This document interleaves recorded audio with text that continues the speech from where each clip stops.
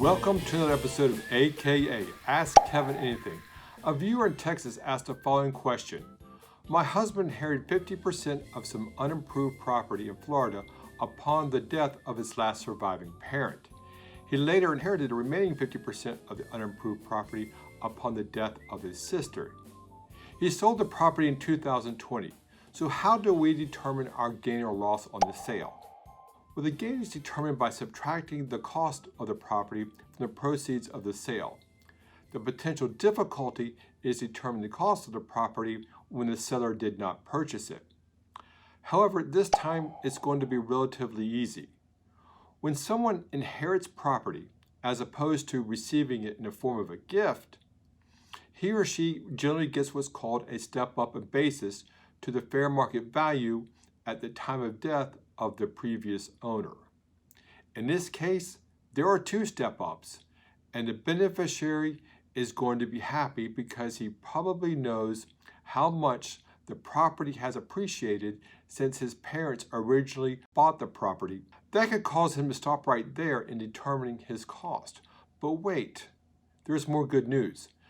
To the twice stepped up basis, he can add the carrying cost of holding the property, such as taxes, insurance, and legal fees related to perfecting title.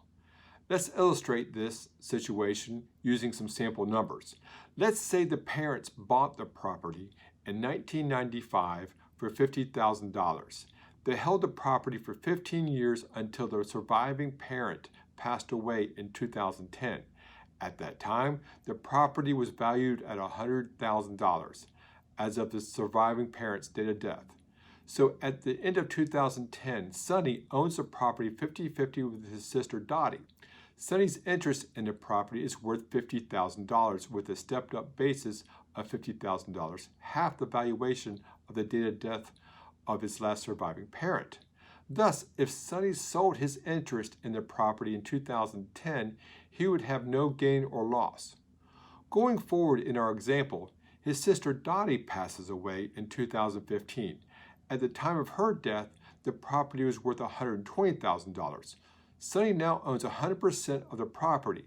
His new stepped-up basis in the property would be $110,000 in 2015. It's $50,000 from the basis adjusted in 2010, plus $60,000 the fair market value of Dottie's 50% interest when she died in 2015.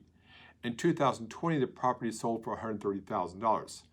Sonny might be fine paying capital gains tax on only $20,000 of gain, but he shouldn't be.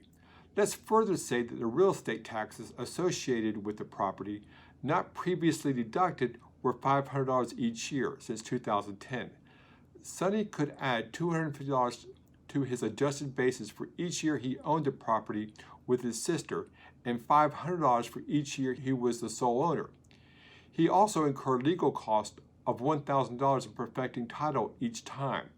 This adjustment would increase his basis to $115,750. The taxable gain would now be $14,250. The moral of this story is don't forget to calculate the step-ups on inherited property and to add any legal and carrying cost when determining your basis. We thank our viewer in the woodlands of Texas for the question. Send us your question for an upcoming segment. For each question used, we will provide $100 to a local food pantry. To date, we have sent out $600 to local food pantries. With your help, we can do more.